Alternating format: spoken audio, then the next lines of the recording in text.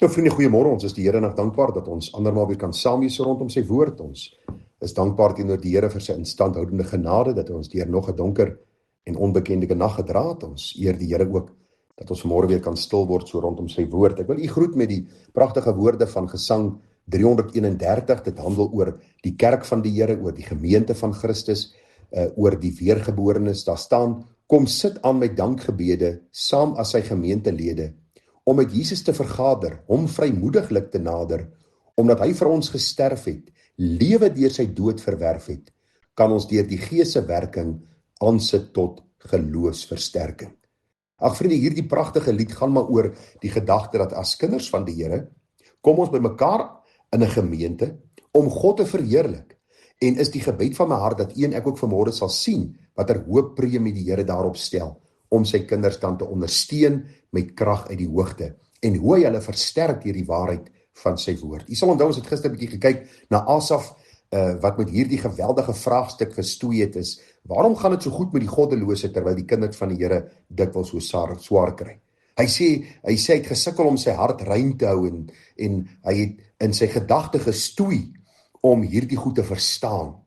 En die Bybel sê vir ons, die antwoord het gekom tot hy in die heiligdom ingegaan het, en op die einde van die goddeloses gelet het, dat die Here ook hulle voete op gladde plekke stel, en dat hulle in 'n oomblik 'n voorwerp van verbasing word.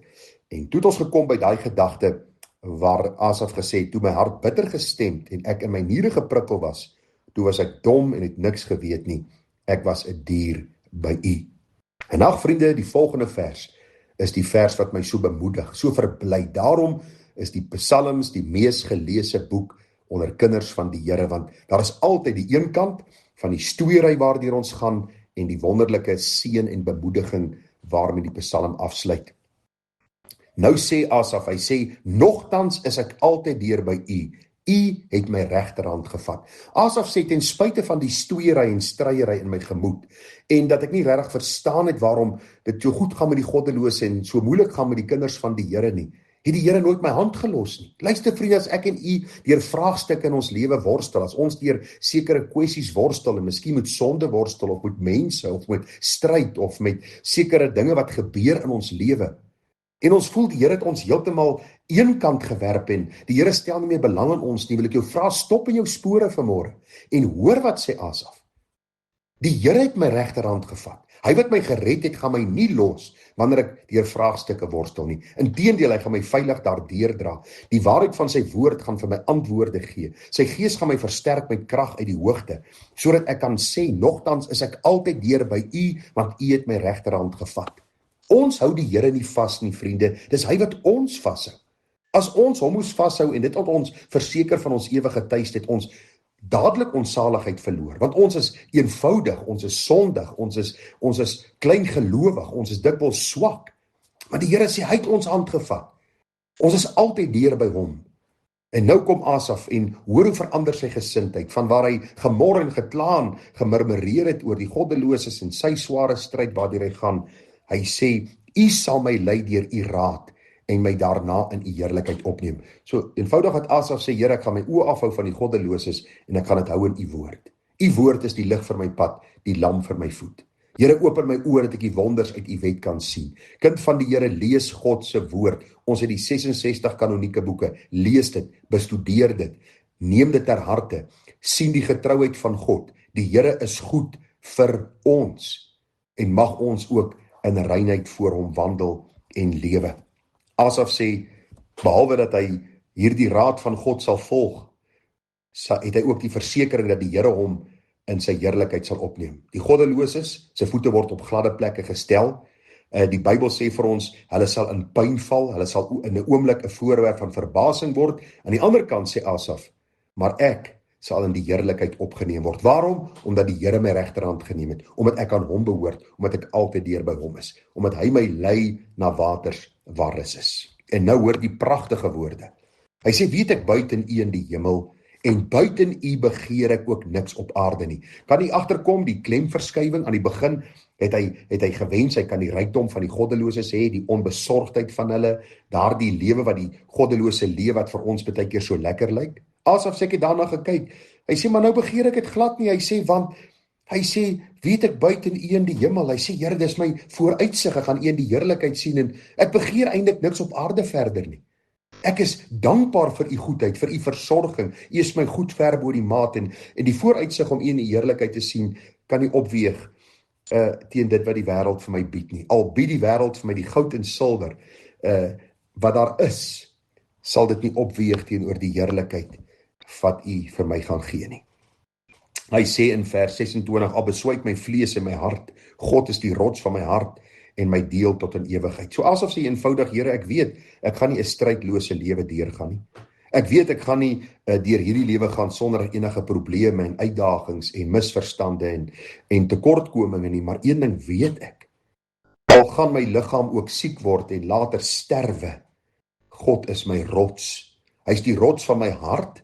So al kwyn alles en alles gaan agteruit en die stryd is groot, hy sê, is God my hart en hy is my deel tot in ewigheid. U sien, die Here gaan ons nie begewe en verlaat nie. Hy gaan ons nie halfpad los nie.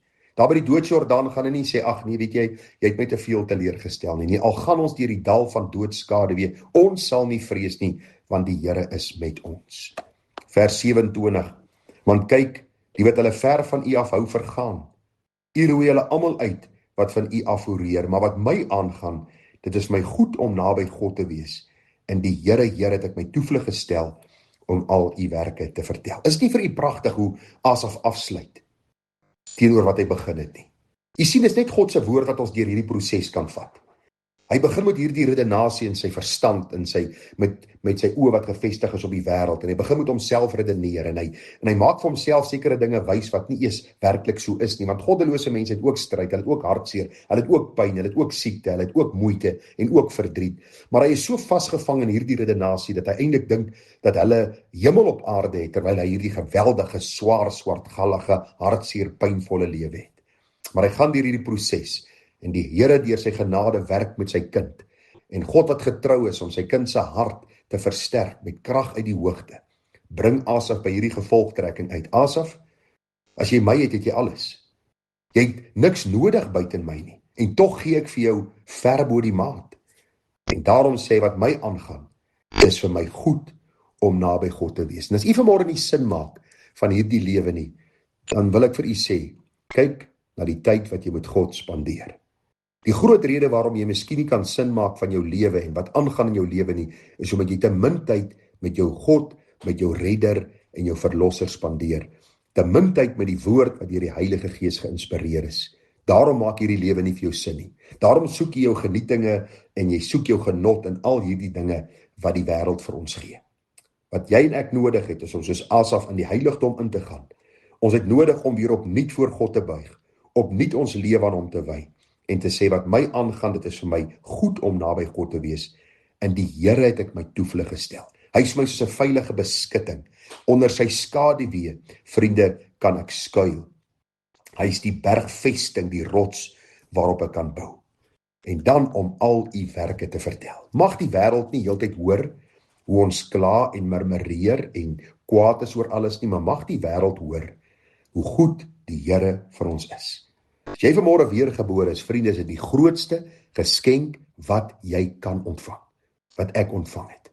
Mag ons genade vind om hierdie waarheid te verkondig en mag ander Jesus Christus in ons sien.